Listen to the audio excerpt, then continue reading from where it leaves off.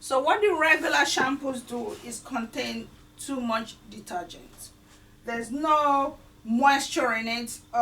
They come in and they just cleanse your hair.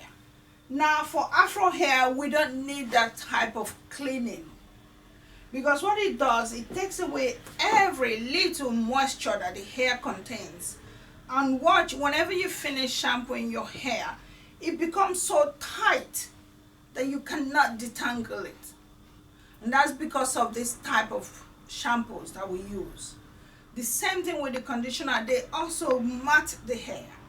So what you want for shampoo is silicone free. This shampoo, no, this is conditioner. So for conditioner, we need something that says silicone free.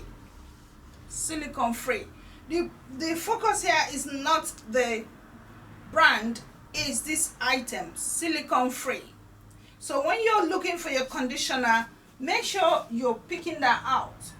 And for the shampoos, again, sulfate free. Again, ignore the brand, but it's one of the brands that I tend to use. So if you find that brand and you like it, that's fine.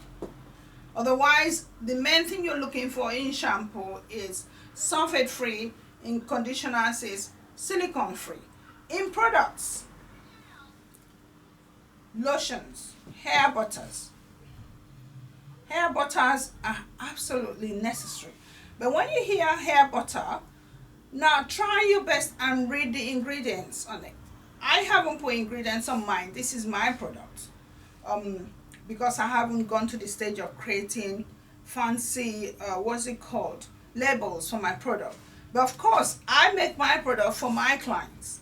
So if you do need a product that will help your hair grow and become tangle free and moisturized, this is what has been doing that job for me. Now the ingredients in my products are all natural. I can tell you some of them: shea butter, coconut oil, glycerin, castor oil, neem oil, tea tree oil, peppermint oil. So these ingredients are what I have in my products.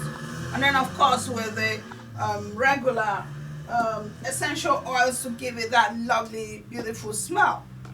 But when you're buying products out there, depending on where you're located, look out for these natural ingredients. Stay away from things that contain just petroleum, because they're not going to help your hair in any form. So that's a no-no again. Wrong products on your hair will not help your hair at all.